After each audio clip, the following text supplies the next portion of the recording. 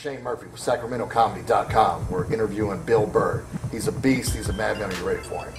So first big question, you got the big special coming up? Yes, I do. Am I excited? Yes, I am. I'm kind of chomping at the bit to do it. I have been ready since the beginning of November. I miscalculated how long it was going to take me to get ready. I felt I was underprepared for the last one, and this one I'm overprepared. So Bill, I heard you were the first comic on the new Tonight Show with Conan O'Brien. I heard something funny happened on that show. Can you tell us more? All right, I did the Tonight Show, and I was the first guy on it.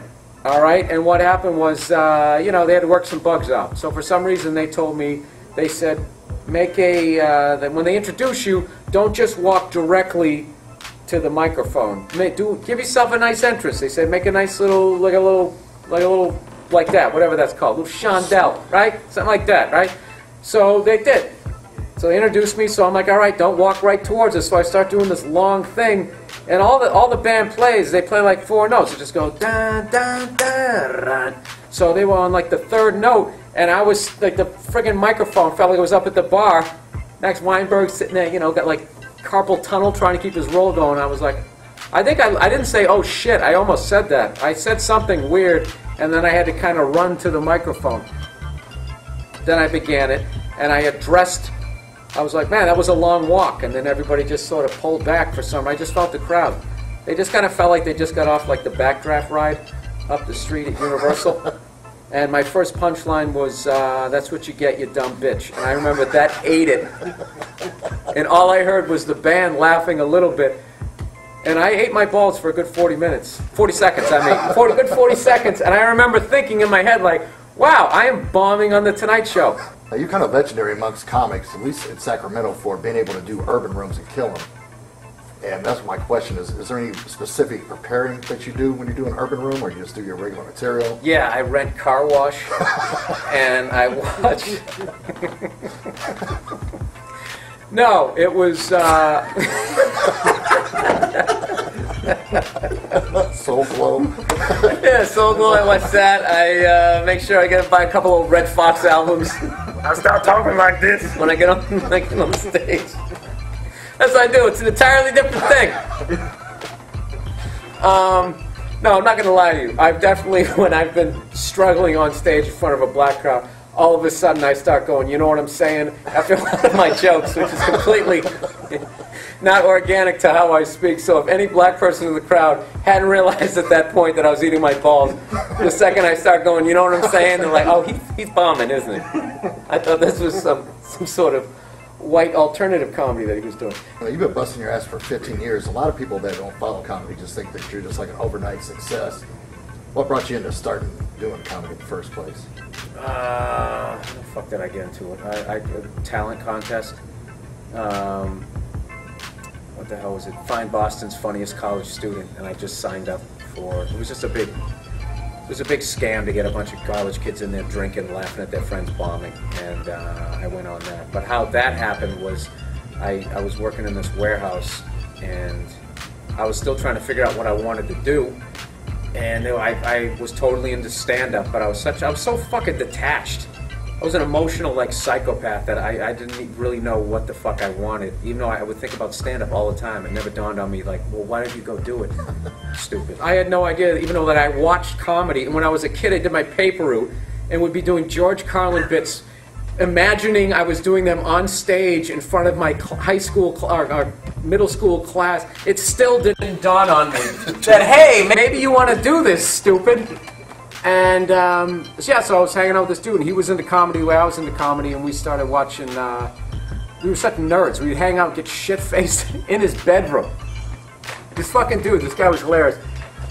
I really got to be careful how I present this. He had extra revenues of cash that were a little mysterious. So his fucking room looked like the penthouse in Coming to America. You know, when the dude had the hot tub and shit, and his mother had no idea. And he's like, what, Ma? I don't drink. I don't go out. That's like he was justifying it. So we'd be sitting there on his all-leather fucking bedroom, and we would watch stand-up, you know, would get fucking hammered. And we used to watch stand-up Spotlight, and he'd be sitting there going, look at these guys. Those guys aren't funny. You know, we're funnier than these guys. one of these days I'm going to take a shot at Jack and go on stage. That's what he said. And then the second he said it, it finally dawned on me. And it wasn't on TV anymore. It was sitting next to me. So who were your comedy influences when you were watching it? Jesus. I liked everybody. I liked everyone from... I remember when I was like 5 or 6 years old hearing Sister Mary Elephant. You remember that? Cheech and Chong. Class! Okay. Class, shut up! We thought it was fucking hilarious. That was in the drugged out 70s. I remember that. And then I bought a Richard Pryor album just because he looked funny. I remember I just saw it. He had that crazy look on his face, and I bought that. Same thing with Eddie Murphy. I had no idea who he was, and he had that rose in his ear, whatever one that was. Oh, yeah. And I was like, oh, it's another black guy. He's probably going to be funny like this other black guy. So I got him.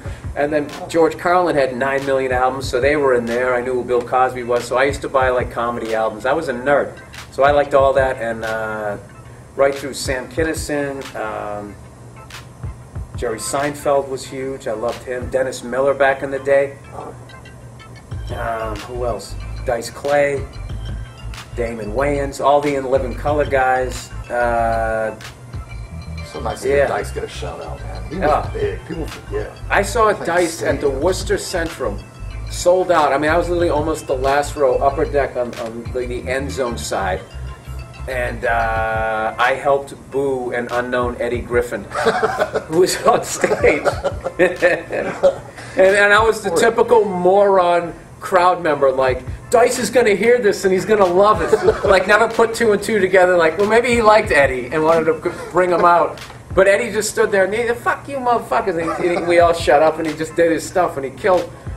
But, yeah, we were all, bring the fucking Dice Man on, yeah! We were just idiots.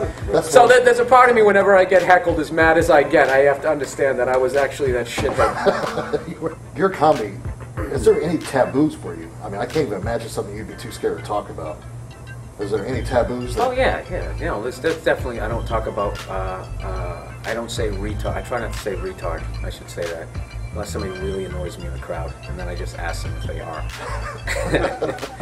I've never been that guy where, like, I like to annoy people. I don't like making them cry.